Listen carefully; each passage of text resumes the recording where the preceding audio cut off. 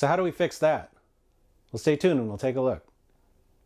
Hi, I'm Dan Cortopassi. If you're familiar with my product reviews, you probably know the RipTrack segment where I fix any minor issues that come up during the review, like coupler height or wheel gauge, or anything else that can be relatively easily corrected. So here I put together a compilation of all the RipTrack segments from 2021. I hope you enjoy it. I want to fix the ditch light logic and change the couplers on this engine. I'll tackle the ditch lights first.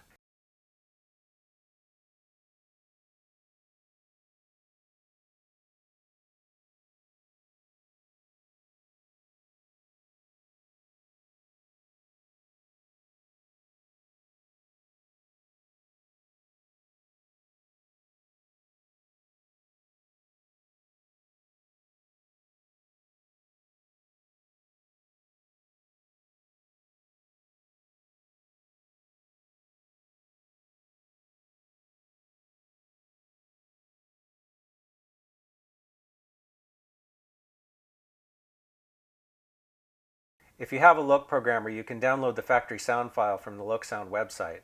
There are two versions of the sounds.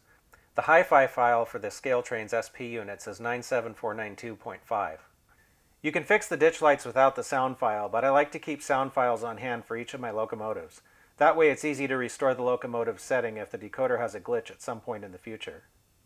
I use the Loc programmer software to change the decoder to use a long address, then set the address to 8149. Next, I went to the Function Outputs tab and changed each ditch light to headlight fade in out.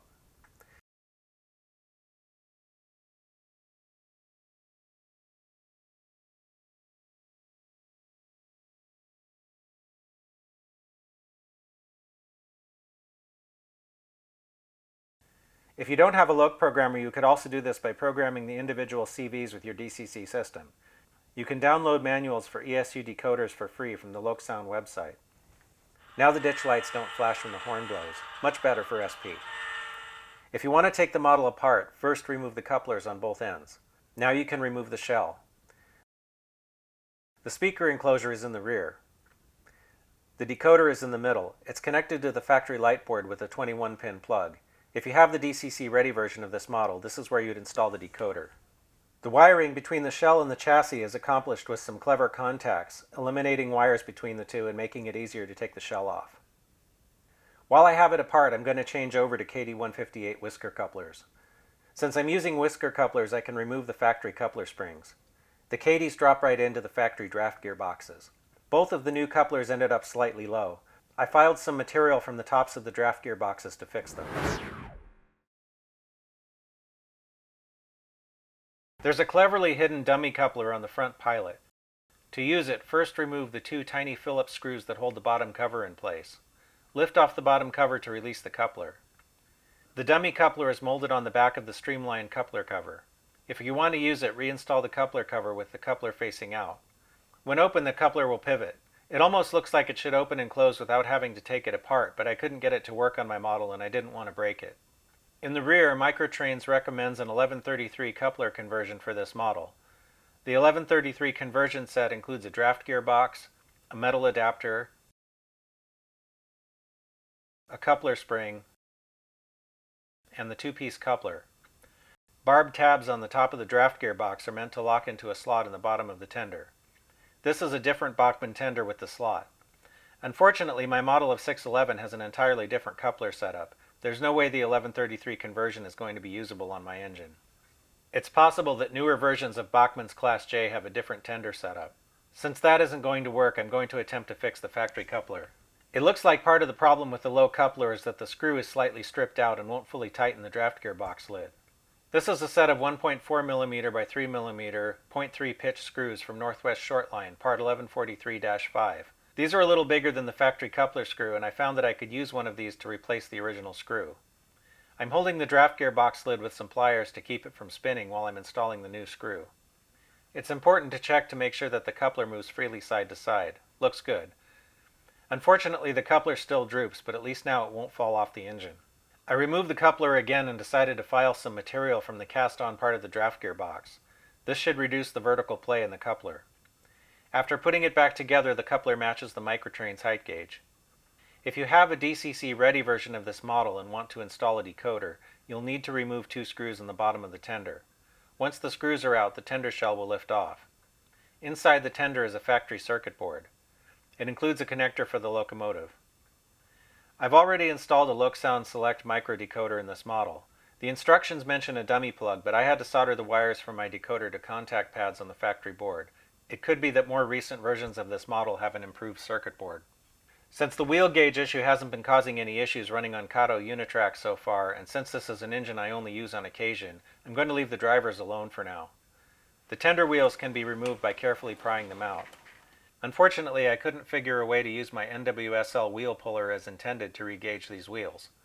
I was able to use it and a pair of needle nose pliers to pull one of the wheels off the axle completely. Then I pushed it back on and pushed the wheels together until they matched the NMRA gauge. To fix the high coupler, I'll start by removing the BN truck. I'm going to remove some material from the bolster area of the truck to lower the car. While I have the truck off the car, I notice that there's some dirt or oxide on the wheel treads. Thankfully, this seems to scrape off easily. I'll file some material away, then put the truck back on the car and recheck the coupler height. I'll keep doing that until it's correct. This can be a little tedious, but it's better to remove a little at a time than to go too far and end up having to try to raise the car back up again. That looks pretty good now. I didn't have to remove that much material. To fix the wobble, one truck needs to be tight enough to swivel, but not rock side to side.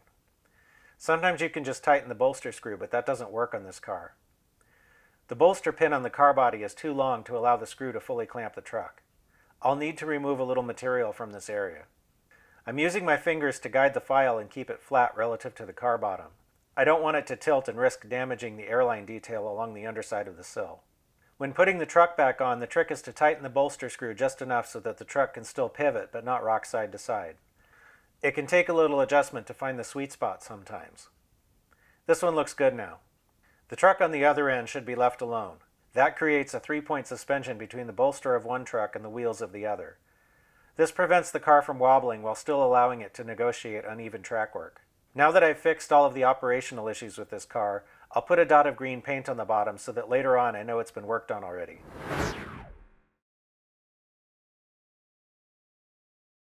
Reworking the triangular parts near the steps is a big project and beyond the scope of this product review, so I'm going to leave that alone for now. Likewise, changing the uncoupling lever is something that I'll leave for another time. For comparison, this is the same style uncoupling lever that I custom made for a Kato NW2. The wire lever looks much closer to scale. I prefer to use KD158 couplers. I'm going to swap out the factory couplers and make any adjustments necessary to the coupler height. The first step is to put the engine in a cradle upside down and remove the coupler screw. Then the entire draft gearbox assembly will pull out. Mine was a tight fit, so I had to wiggle it a little to loosen it. The draft gearbox fell apart after I removed it. I won't need the coupler spring for the whisker couplers I intend to use, so I'll remove it. This is a KD158 coupler. It fits into the factory draft gearbox. Now I can reinstall the box. When I removed the rear box, it had some oil in it. I can't recall ever seeing another HO scale diesel come from the factory with oiled couplers. I'll clean mine out before I install the new rear coupler. Now the front coupler is a little high. The rear one is just slightly high. I'll need to shim the gearboxes to lower them. Since the front pilot is actually tilted back slightly, a shim alone probably won't work. I'll need to file the rear of the coupler mounting pad on the chassis to level it out. This is a shim I made from 020 styrene sheet. It'll fit on the top of the draft gearbox. Since the fit is so tight, I'll also need to file some material from the bottom of the hole in the pilot for clearance. The coupler shim is barely visible after the coupler is reinstalled. This is KD Part 211, which has 010 and 015 gearbox shims. Since the rear coupler wasn't off by as much as the front, I'll try the 015 shim. I'll need to trim the unused mounting holes on the sides. After both couplers are reinstalled, I'll check them again. The front one looks good. The rear looks good too. The parts bag includes armrests, sunshades, and drip rails. The instructions don't mention any of these parts. The sunshades and armrests have pins on the back that look like they should fit into holes on the cab, but no holes are present. No drilling template is provided. Looking at photos, the drip rails on SP SW1200 stuck up above the cab slightly, and the sunshades attached to those. If I attempted to put these parts together like that, I doubt they would last long. I've decided to hold off until I can find some more durable aftermarket brass sunshades. The armrests also don't look quite right for SP. I'm going to leave those off for now too. Disassembling the tender to change the decoder or to add one if you have a DCC ready model is a little tricky. First, pull up on the toolbox near the center of the tender to remove it. Then pull backwards on the oil bunker cover or coal load if you have a coal-burning Big Boy until it moves slightly. Now pull up on it. This will expose 2 screws. The third screw is under the rearmost water hatch. The hatch can be a little difficult to remove. You only need to remove the 2 end screws on top. The center screw holds the speaker enclosure. There are 2 more screws on the bottom on either side of the coupler. Finally, you need to disengage the vertical grab irons at the front of the tender from their holes. Now the tender will come apart. Note that the rear of the tender is a separate piece. I have a wheel puller but nothing precise enough to true up the wheels on the tender, so I'm going to leave the wheels alone for now. If you want to change out the front dummy coupler for a working one, first remove the screw that holds the dummy coupler in place. A Caddy or other coupler and draft gear box can be installed using the pre-threaded mounting holes in the pilot. You'll need a new screw with 0090 threads, as the one that holds the dummy coupler is too long for a normal draft gear box. The instructions say a screw is supplied, but if there was one in the box, I don't have it anymore. Since the instructions mention tightening the bolster screws to cure wobbling, I'll tackle that first. Ideally, a model should have a 3-point suspension. This is accomplished by tightening one truck so that it can only pivot but not rock side to side. The other truck should be left looser so that the car can negotiate on even track. The instructions say to tighten or loosen the bolster screws as needed to keep the car from wobbling. The screw on this end is already as tight as it'll go. I'll try the other end. Same thing, I can't tighten it anymore. The car still wobbles. I'm going to remove one of the screws to see if I can figure out what's going on. It looks like the metal post that goes through the hole in the truck is a little too long. It acts like a stop to keep the screw from getting any tighter. Normally I just remove the truck and file it down, but on this car, because of the wires, the trucks don't come off easily. I'll have to try something else. This is Northwest Shortline Part 116-4, a 4mm by 7mm O10 thickness bronze washer. It looks like it'll fit over the metal post. The washer will hopefully allow the screw to clamp down tighter on the truck. If you can't find one of these, any small washer that will fit should work. That feels pretty good. The truck can pivot, but I don't feel any side-to-side rocking. I only need this on one end. The other truck should be allowed to rock. Success! Now the car stops moving as soon as the wheels settle onto the track. I prefer Caddy couplers on all my cars, so I'm going to swap out the factory couplers while I work on the coupler height problem. Removing the coupler screw frees the draft gear box and coupler assembly. The draft gear box lid pops off. Inside, I was a little surprised to find an oil slick. Rapido's couplers on their SW1200 model that I reviewed previously were oily too, so maybe this is something they're doing now. I wish they would stop. I'll be using Caddy whisker couplers, so I won't need the coupler spring. Oh look, more oil. After cleaning out the draft gear box, the Caddy drops right in. Unfortunately, with the lid on, the fit is too tight to allow the coupler to swing freely. Instead, I'll use a Caddy draft gear box with the lip around the edge filed off for clearance. Now the coupler works as it should. I'll install the Caddy coupler box with the original coupler screw. Unfortunately, the couplers on both ends are still low. When the trip pin pops up on top of the trip pin height gauge, though, the coupler is closer to right. That gives me an idea. This is a small scrap of O10 styrene that I've cut to size and glued to the bottom of the lid of the draft gear box. After putting the draft gear box back together, it's good to check to make sure that the coupler still swings freely. If the coupler needs a lubricant, I'd recommend Caddy Greasem, which is powdered graphite. It works great and it won't leak and make an oily mess. After adding shims to both ends, the coupler on one end is perfect. The other is still slightly low. I'm going to file the coupler mounting pad on the car. After some trial and error, this coupler now looks right. The loose brake detail has a bulge on one side that corresponds to a bulge in the inner part of the disc brake, perhaps representing the brake caliper. It looks like it should engage somehow, but I can't get it to stay still for long. There is also an open end. Since this part is all but invisible when the car is on the rails, I'm simply going to remove it by pushing on the open end to pop it off the axle. The parts bag has a pair of details that look like they might represent HEP cables. There are no instructions, but the exploded view drawing shows them attaching somewhere in this area. I don't see a good way to mount them, and they look like something that would be prone to falling off, so I'm going to leave them in the bag for now. If you want to remove the shell to access the interior, perhaps to add passenger figures, you'll need to remove 4 screws that hold the coach together. 2 are relatively easy to spot on one end. On the other end, the screws are partly concealed by the truck. The instructions say to spread the sides of the car to disengage the clips in the middle. I found it was difficult to get the separation process started. After a while, I was able to gently separate the body from the underframe.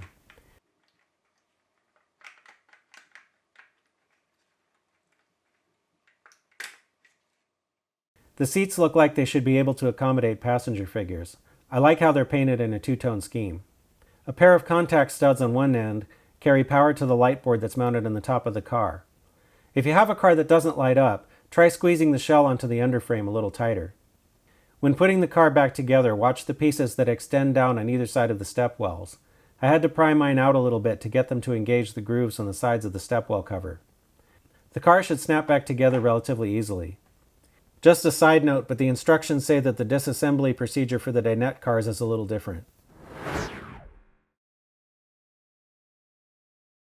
Fixing the location of the train number boards is beyond the scope of a product review, so I'm going to leave that for now.